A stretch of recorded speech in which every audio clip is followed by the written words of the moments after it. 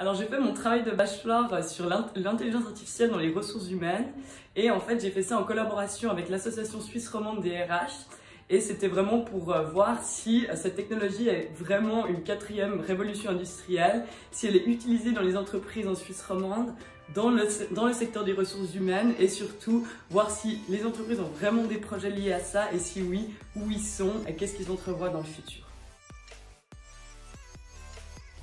Alors en fait, tout simplement, j'ai choisi ma problématique parce que moi j'ai travaillé dans le passé dans les ressources humaines et j'ai aussi travaillé pour une start-up qui fait de l'intelligence artificielle. Et puis lors d'un cours à option des RH, le professeur Monsieur Rossi a demandé si les étudiants étaient intéressés à faire un travail dans cette thématique parce qu'il y avait une entreprise qui était intéressée et là j'ai simplement écrit et puis c'est comme ça que je me suis lancée là-dedans.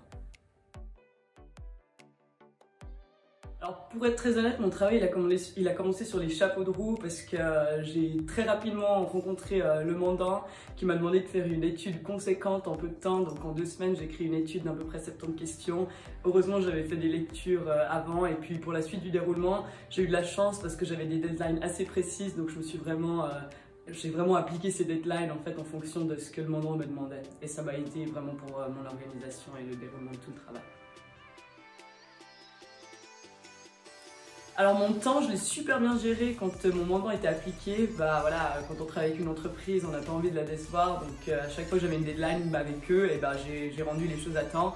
Par contre, au niveau de mon organisation personnelle pour la rédaction, c'était pas super dans le sens où voilà, j'ai pas assez travaillé pendant les mois où on avait les cours. Il y a eu les examens et ensuite j'ai vraiment voulu prendre mon mois de juillet pour faire ma rédaction. Malheureusement, il y avait le Montredial, la fête des vignerons, donc c'était pas terrible. Et après, j'ai dû me séquestrer pendant 1 mois en travaillant à 100% et en bossant jusqu'à minuit.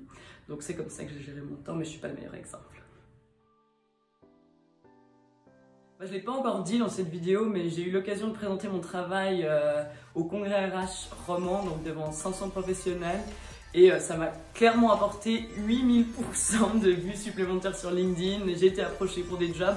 J'avais déjà trouvé un job à ce moment-là, mais franchement, j'ai eu des super opportunités. Ça m'a fait des super contacts. Et franchement, l'enjeu personnel pour moi d'avoir eu l'occasion de parler comme ça devant tant de gens, c'était vraiment génial. Et qui sait, c'est peut-être le début d'une carrière de speaker. Mais j'ai encore quelques efforts à faire sur ma gestuelle, vous avez peut-être remarqué.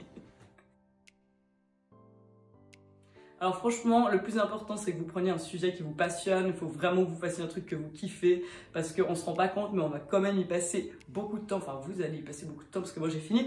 Et puis, vous allez de toute façon le détester à un moment ou à un autre, mais c'est cool et franchement, j'en garde des bons souvenirs. Et puis après, essayez de gérer votre temps un peu mieux que moi je l'ai fait. Si vous arrivez à travailler avant ou au moins avoir une bonne idée de ce que vous voulez que ce soit à la fin, c'est cool. Et puis voilà.